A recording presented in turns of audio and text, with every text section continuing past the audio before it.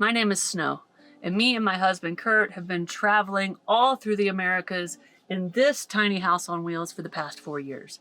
1 year of that was spent traveling all around Mexico, so I want to take a few minutes and share with you 5 amazing campsites scattered out all across Mexico.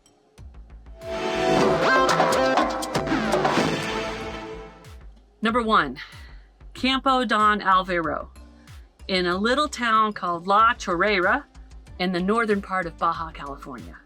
Now this one sticks out in my memory the most because it was our first truly off-the-grid camping experience in an international country after we had left the United States.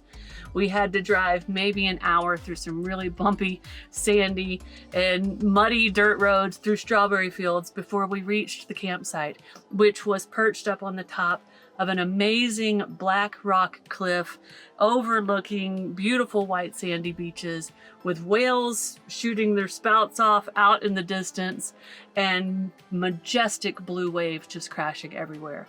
It was an epic sight, and I don't think you could get any closer for camping to such a beautiful spot. We stayed there a few days, enjoying the local fishing culture, all the fishermen coming and going, the local families coming out and enjoying the beauty. And we even had some local kids bring us fresh lobster that they had just caught and up to our van, sell it to us, and we whipped up some yummy lobster mac and cheese. Definitely worth the hour drive off the main road to get to this beautiful off the beaten path camp. Number 2.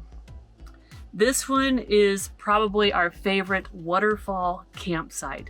Not our favorite waterfall, although it was beautiful, our favorite waterfall campsite. It is a beautiful crystal clear river with cascading waterfalls of many different layers all around. And what is epic about it is you are able to camp literally on the edge of the riverbank, overlooking a beautiful waterfall. It's extremely peaceful. It was not crowded when we were there. The name of this camp is La Hacienda Gomez. You can find it just outside of a little town called Agua Buena in the state of San Luis Potosi. Now, one of our favorite things about this campsite, other than just relaxing and swimming and acting like little kids in a waterfall, was that a local literally just appeared out of nowhere, came walking out of the woods, bringing us this exotic looking pineapple mango drink. I mean, it was all decorated up. It was epic. She walked right up to the van, sold it to us, and then disappeared as quickly as she arrived. And that drink was yummy.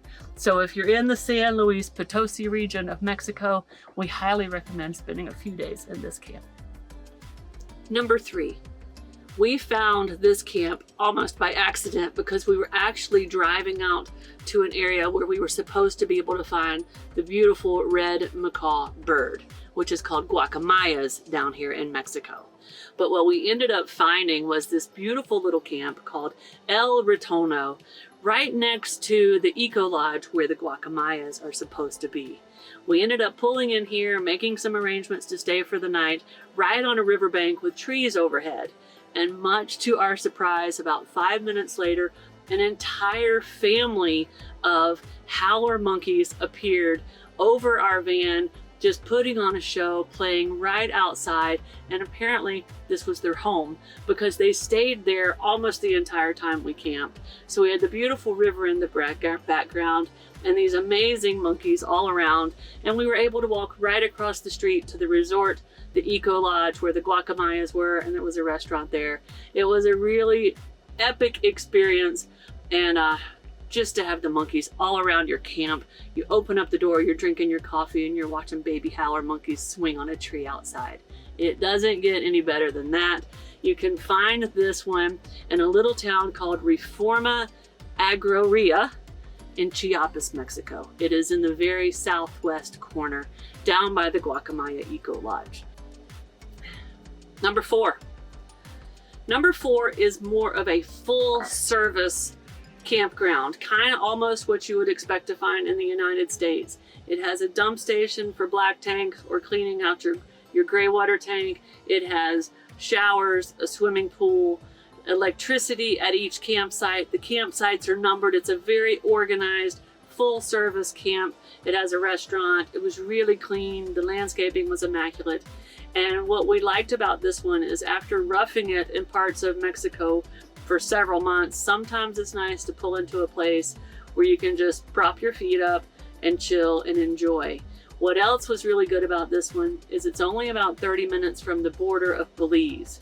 So if you need to get ready to cross the border, do any work on your van, this is a nice, secure, very comfortable camp to do that.